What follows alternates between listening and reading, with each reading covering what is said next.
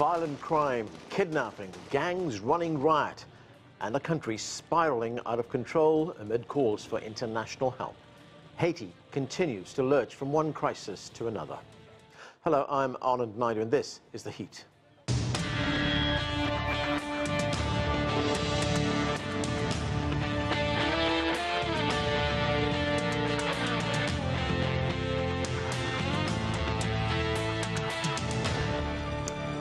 It is the poorest country in the Western Hemisphere, and now Haiti is racked by the worst violence in decades. In a desperate act to find refuge, hundreds of Haitians set up camp outside the U.S. Embassy in Port-au-Prince last month, but they were forced to leave by police. As life for Haitians becomes unbearable, calls for the deployment of a multinational force are growing. And as CGTN's Dan Collins reports, the United Nations Security Council may finally take action. Crime, kidnapping and violence are making life in Haiti a living hell.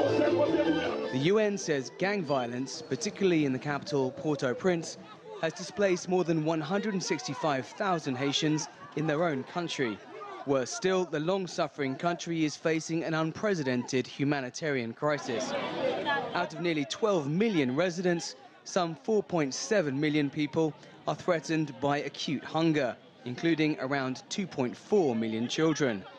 The UN says 100,000 children under the age of 5 are suffering from acute malnutrition. Human rights, the situation has never been worse, says one expert on the Caribbean country. I have been working on Haiti for over 30 years now, and I have never seen the situation as bad as it is now.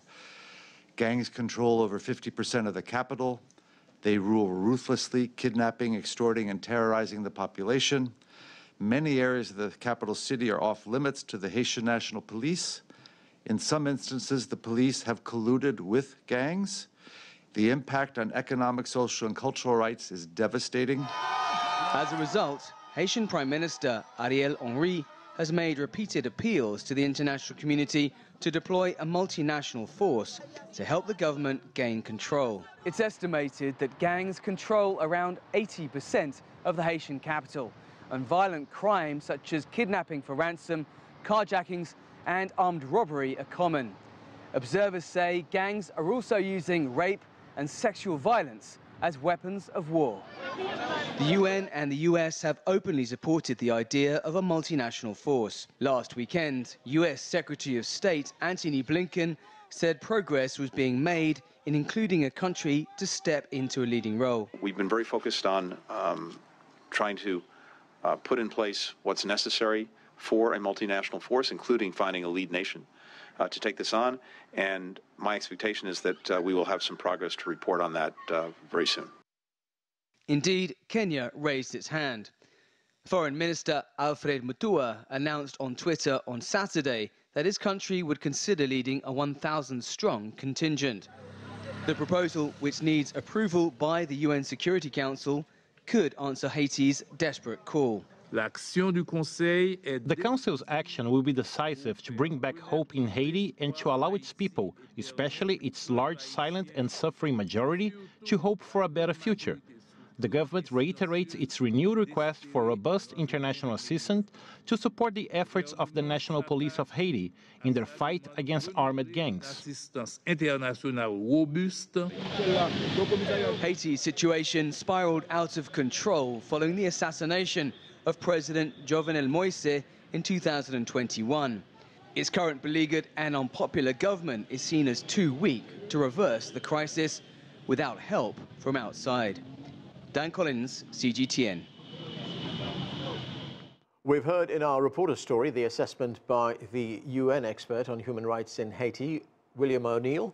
He joins us now to talk more about the country. Bill, great to have you with us. Thank you for inviting me. Good to be with you. You know, what we're looking at right now seems to be a dystopian, very hellish picture of life in Haiti. You held a news conference a few weeks ago in which you said the situation is getting even worse. Haiti's big and powerful neighbor, the United States, is asking non-emergency personnel to leave the country right now. How did it get to this point? Why is it deteriorating so badly? I think there are a number of reasons. It's a complicated situation, but primarily it's the absence of many state institutions and their ability to work, literally to perform. And so that's nothing new. That's been tragically part of modern history in Haiti for many, many decades. But filling the void, and what is a bit new, are the gangs. And gangs are themselves not new, but they have been able to get access to much more powerful weaponry and a seemingly endless flow of ammunition.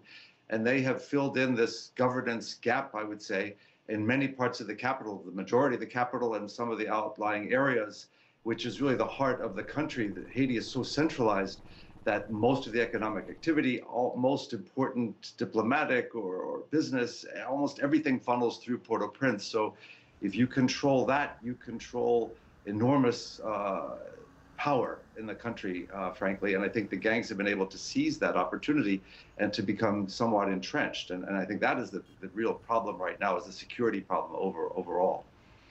Right, you mentioned that most of the state institutions are not functioning as they should. Now, you established the National Police Force in 1995. Is that in any way functioning? It is to some degree. And in fact, that's probably the one that is, frankly. The Haitian National Police are very much understaffed and short of personnel and everything, resources, logistics, you name it.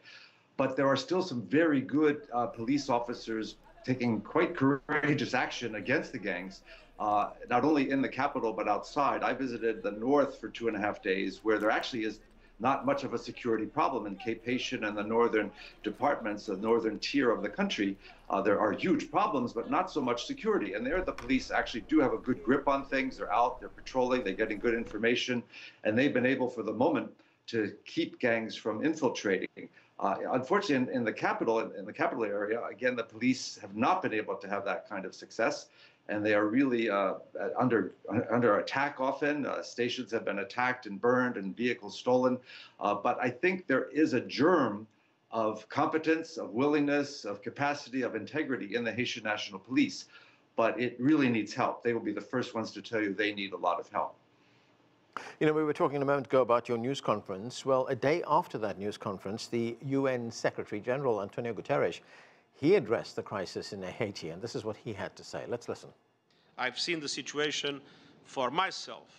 Conditions are desperate, but solutions are possible if we act now. We cannot forget the Haitian people, and the world must step up.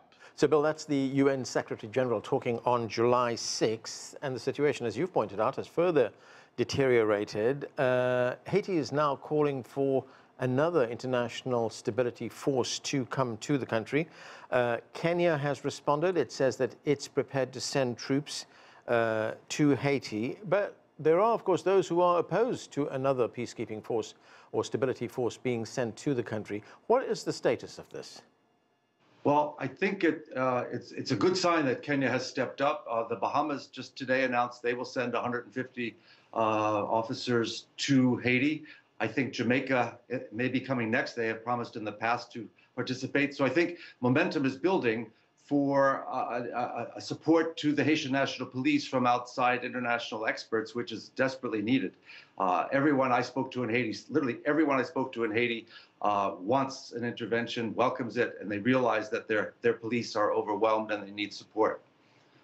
You know, you were talking earlier on about the prevalence of gangs in the country.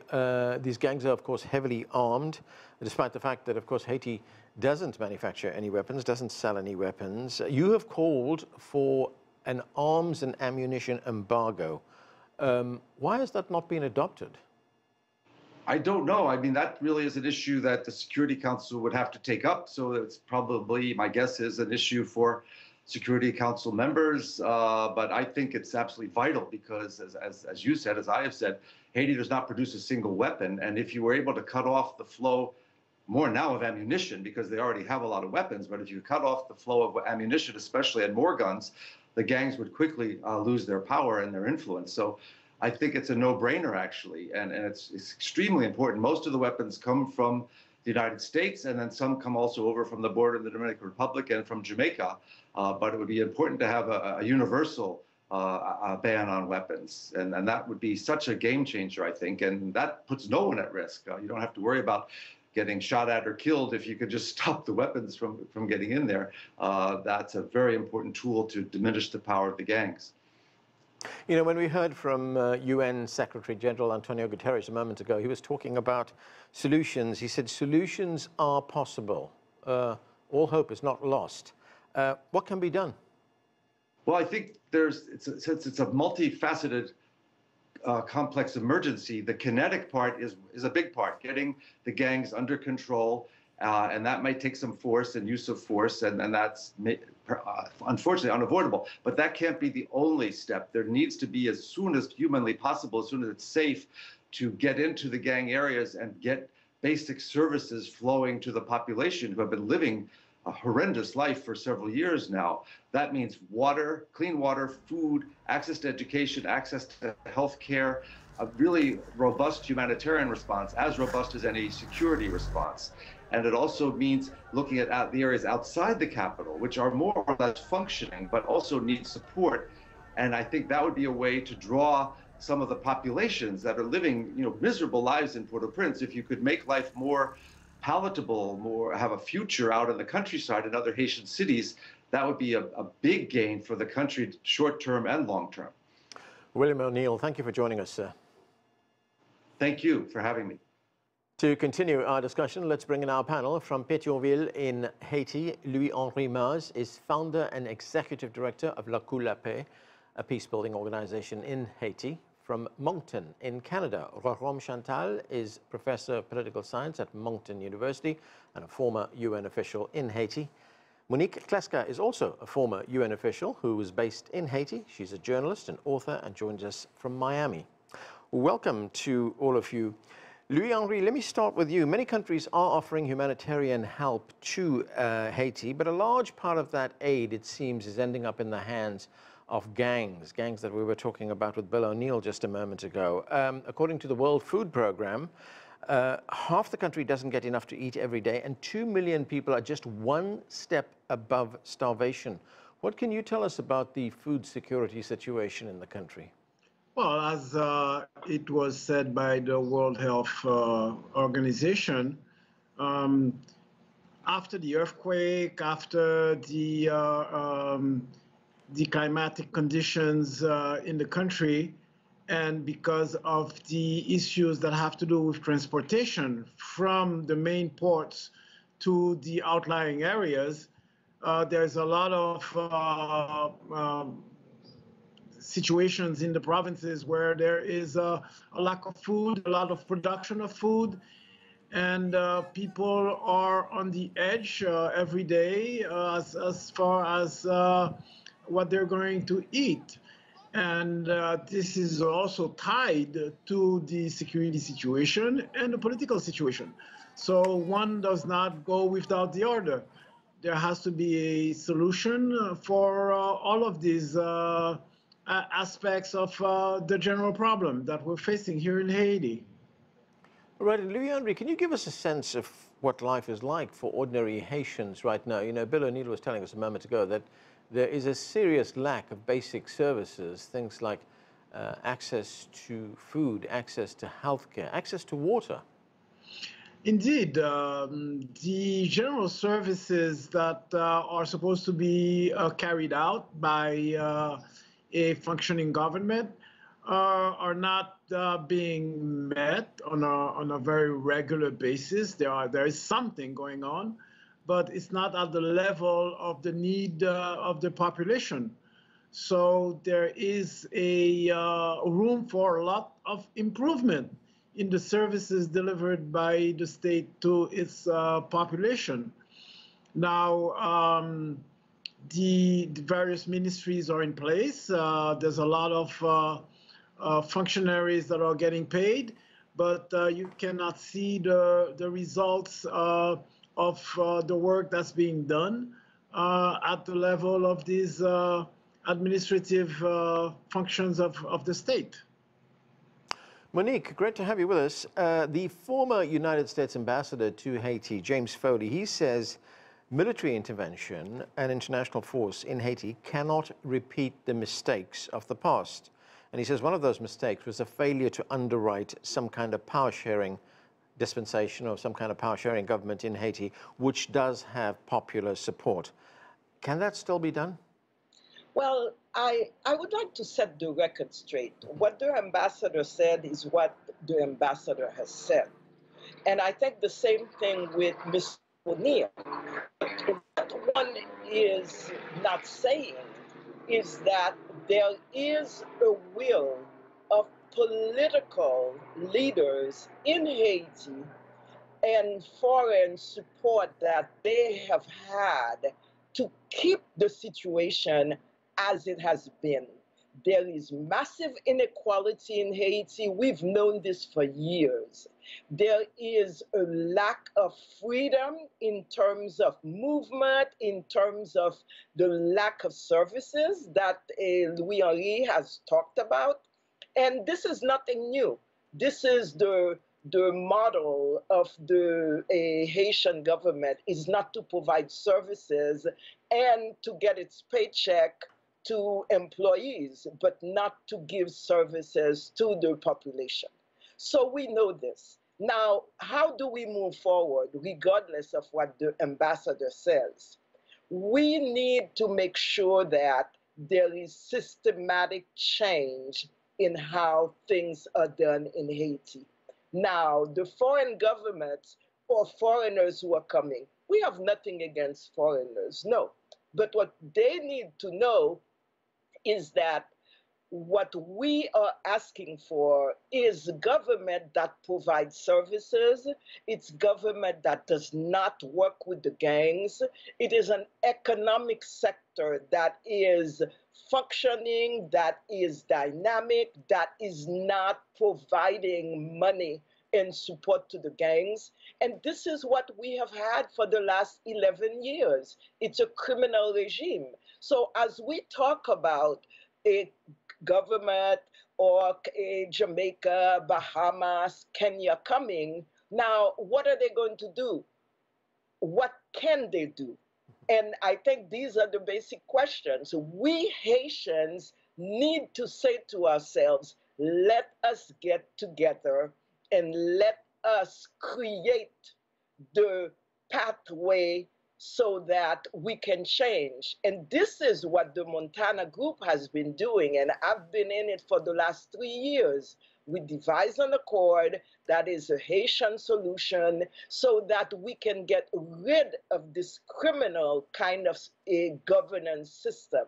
So bottom line, everybody has kind of their solutions, their ambassador, Mr. ONeill, Mr. Guterres, etc. But why aren't they listening to us? Why is it that it's been 3 years that we have come up with an accord, and the accord states very clearly what should be done, and the accord says, in essence, that this criminal governance system is no longer sustainable. Roromme, Chantal, what is your view on that? I mean, to what extent has there been a failure of the international community to listen to Haitians, like Monique was telling us a moment ago? And to what extent is that contributing to the situation we see right now that is deteriorating? I believe Mrs. Kleska is right in everything she's just said. The U.S. policy in Haiti in particular has been the very embodiment of the catastrophes we see in Haiti currently. And what Haitians need right now is not necessarily international force to come to Haiti. That's exactly what they promised in 2004 when MINUSTA was being deployed in Haiti. And MINUSTA, I was there working for the UN, and MINUSTA stayed until 2017. And after they left, the political problems were never solved. So what we need currently is a radical change, because even if you send troops to Haiti, maybe they will fight members of some gangs, but they won't even touch the gangs working for the government. The government is part of the criminal regime. The Prime Minister, who is illegitimate, has been found implicated in the assassination of President Jovenel Moïse himself.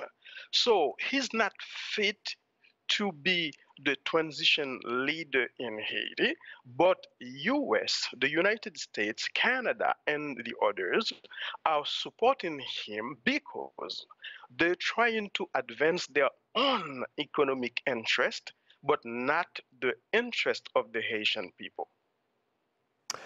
Louis-Henri, of course, there are a lot of options that are being looked at right now on how to move forward. One of those options would be to strengthen the capabilities of the Haitian National Police, and to do that, they would have to provide better equipment, new equipment, firepower, intelligence abilities, technical advice, things like that, to overpower the gangs that are holding the country hostage. I mean, would that be a viable option rather than bringing in another international force? Strengthening the PNH is necessary. I believe that the PNH has to be the spearhead that does a certain amount of work in terms of bringing down the capacity of the gangs. But first of all, there has to be the political will to transform the situation. And there has to be also a plan for the day after. Because if you don't have a plan for the day after, you're not really working on a solution. The day after, there's a void. It's going to be filled up by new, younger, desperate young men and women who do not have any alternative than taking up a gun to find it's a form of work for them. So there has to be an overall plan, and there has to be a political solution and a political will to dismantle the armed groups that are in the country. And violence only is not going to cut the cake. You have to have a way out without collateral damage to the communities where these gangs are installed. There is people who do not have anything to do with the gangs that live in those communities. A violent entry in those communities is going to create more damage than solutions. Monique, let's continue to talk about the response in the United States. We, of course, have President Biden, who's president right now. But when he was a senator, this is what he said about Haiti on a national United States television news program. Let's listen. If Haiti, a god-awful thing to say, if Haiti just quietly sunk into the Caribbean or rose up 300 feet, it wouldn't matter a whole lot in terms of our... So what do you make of such indifference which was shown at that time by President Biden, and according to the Washington Post, his view on Haiti has not changed? Well, I think it is true. The response of the U.S. government is kind of two parts. Yes, it is a kind of neglect in that it doesn't matter if they sunk into the Caribbean Sea. But there is also the other part of, well, they have their knee on our neck. So I think it's two-part. And I don't like to use the word kind of bipolar, but it is that way. I don't care if you disappear, and so there is that neglect. And then there is, but meanwhile, I want you to stay, so I have my knee on your neck. And what we are saying is, right now, there is a sovereignty issue in Haiti. And we have been, for the last 3 years, trying dialogue with different political sectors, with different business sectors, with different civil society actors and actresses to find solutions. We have a roadmap going forward. And as Louis-Henri has said, there is yesterday after. So there is a roadmap going forward. So why is it then that somebody like William ONeill, who is an American now working for the UN, says everybody I've met says we need an intervention. Well, he didn't meet me, and he didn't meet a lot of thousands and thousands of Haitians who say no. So the issue is not do we want, don't we want. The issue is Haiti and Haitians want to save our country. We want a country where we can live with dignity, and we want a country where we can decide how we want to live. And I think the first thing that needs to be done is to talk to Louis-Henri, who does not want to give up one iota of power, because he believes, and rightly so, that the US is supporting him, Biden, that Trudeau, Canada is supporting him, that the European Union is supporting him, so that is the issue.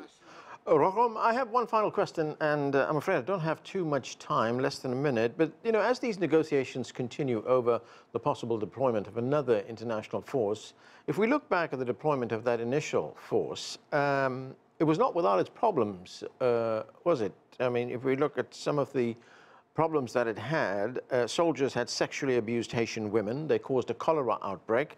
And what they did really did not have a lasting effect on ending the violence. So if there is going to be further talk of further negotiations on the deployment of a new force, there'd have to be some built-in safeguards, wouldn't there?